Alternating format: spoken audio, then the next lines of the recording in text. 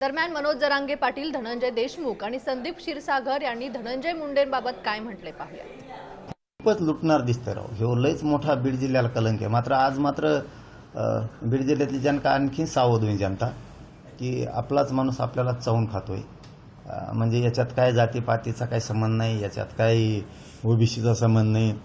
पाप करायचे गोरगरीब शेतकऱ्यांचे, येणारे विमा खायचा, पुढं अनेक गोष्टी खायच्या आणि गोरगरिबाला मिळू द्यायचं नाही. परत गोरगरिबाचा कैवर हे असं बीड जिल्ह्यात येऊन दाखवायचं. मात्र बरेच जनतेचे डोळे उघडतील आणि हीच जनता एक दिवस माफ नाही करणार आता बीडची. हे जे अंजलीताई दमनी यांनी आता आरोप केलेले आहेत तर त्याचे पुरावे दिलेले आहेत, तर ते पण न्याय मागत आहेत ना.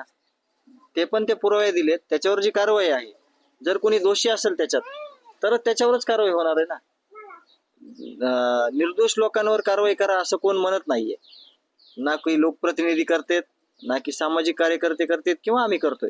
आम्ही आरोपीला जशी फाशी द्या म्हणतोय, ज्यांनी खंडने मागितल्या, ज्यांनी खून केले, ज्यांनी अपहरण केले, त्याचप्रमाणे अंजलीताईने जे आज आरोप केलेले आहेत त्याची गांभीर्यानं दखल घेऊन त्याच्यावर कारवाई झाली पाहिजे. जे त्याच्यात दोषी कोण आहेत, त्या सामाजिक कार्यकर्त्या आहेत, त्यांनी हे जे पुरावे दिलेत त्याची चौकशी करण्यात यावी. म्हणजे महाराष्ट्राला कळेल काय चाललंय आपल्या महाराष्ट्रात. मी पहिल्यापासून हीच मागणी करतोय की त्यांना संरक्षण भेटतंय हे फक्त धनंजय मुंडे साहेबामुळे, मंत्री असल्यामुळे त्यांना संरक्षण भेटते. त्याचे कारण दाखवले सरेंडर पासून.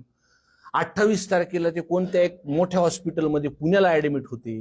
त्यांना तिथं कोण भेटायला आलं, कुणी ऍडमिट केलं, या संदर्भातल्या चौकशी आता मला वाटतं पोलीस प्रशासनाने लोकांसमोर पुढे आणल्या पाहिजे. ते काय तपासाचा भाग म्हणून त्याला अटक केलं म्हणून